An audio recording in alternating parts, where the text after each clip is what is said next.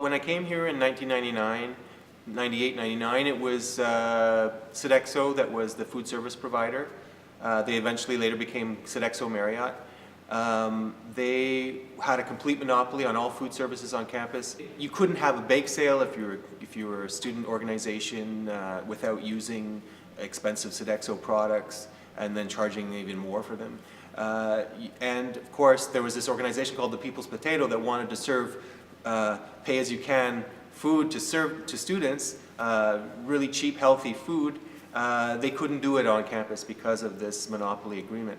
The only way that we found a way around that was through the Concordia Student Union. Concordia Student Union had space, they had Reggie's, and they had a basement that they weren't using, so the People's Potato was able to serve out of the basement at Reggie's. Unfortunately, there's no kitchen in Reggie's, so the only way to cook the food was to do it at a kitchen outside, off campus. So they found there was a church that allowed them to use their kitchen, so they would cook up all the food at the church, and then they'd have to haul these huge pots of food, really, hot soup going down the sidewalks, public sidewalks, to get to Reggie's basement, and passersby would be, whoa, what's going on here? And so, I had been known to help them from time to time. They needed volunteers to haul these huge, heavy pots of food. It took two hands on each pot to haul it to Reggie's basement. So we'd bring it down to Reggie's basement, and then there'd be these, they'd serve the food. There'd be these long lineups that go all the way from the basement all the way up into Reggie's. And people go down, and as they're going down, there'd be all these interesting conversations. People would be passing out leaflets. It was a really interesting activist space. And and then the serving would happen down in Reggie's, and there were these old booths and stuff we had down there, and all kinds of artwork. It was really often, there was always music. It was interesting community space, totally non-corporate and a free space. People felt safe to do any kind of activist thing that they wanted to do, and it was great for organizing. It was a really key organizing space to be able to challenge the food monopoly, for one thing. That was in ~99 that really students fought back against Sodexo through this event called the Cheese-In. It was an event on the mezzanine, happened all day long, where it was people mostly from different student clubs who had nothing necessarily in common with each other, except that they needed to be able to present their food to students on campus through whatever kind of events that they had, and everybody participated in it with the support of the CSU,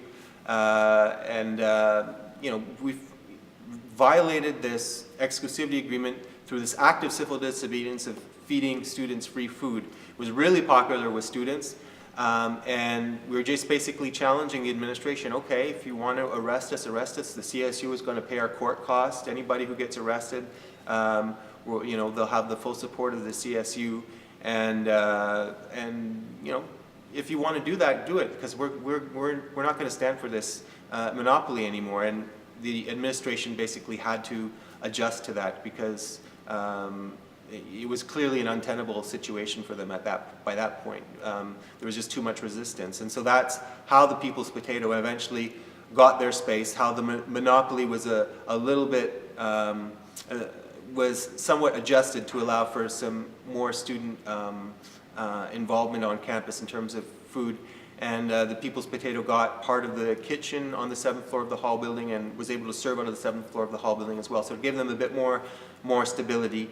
And then later on, not long after that, there was a fee levy referendum to give the People's Potato a fee levy, so it gave them some financial stability as well. And it really became, from that point on, the People's Potato really became an important part of Concordia community, and it always remained a really important.